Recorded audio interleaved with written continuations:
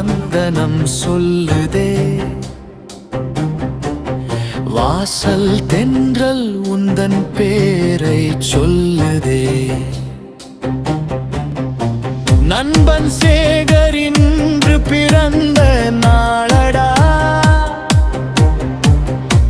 நாளும் பொழுதும் வெற்றி உனது சேரடா.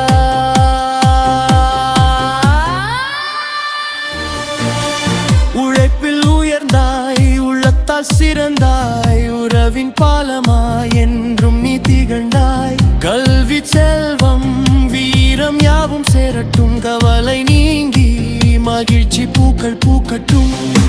மகுடம் பிறந்த நாள் வாழ்த்துகள் நன்றி.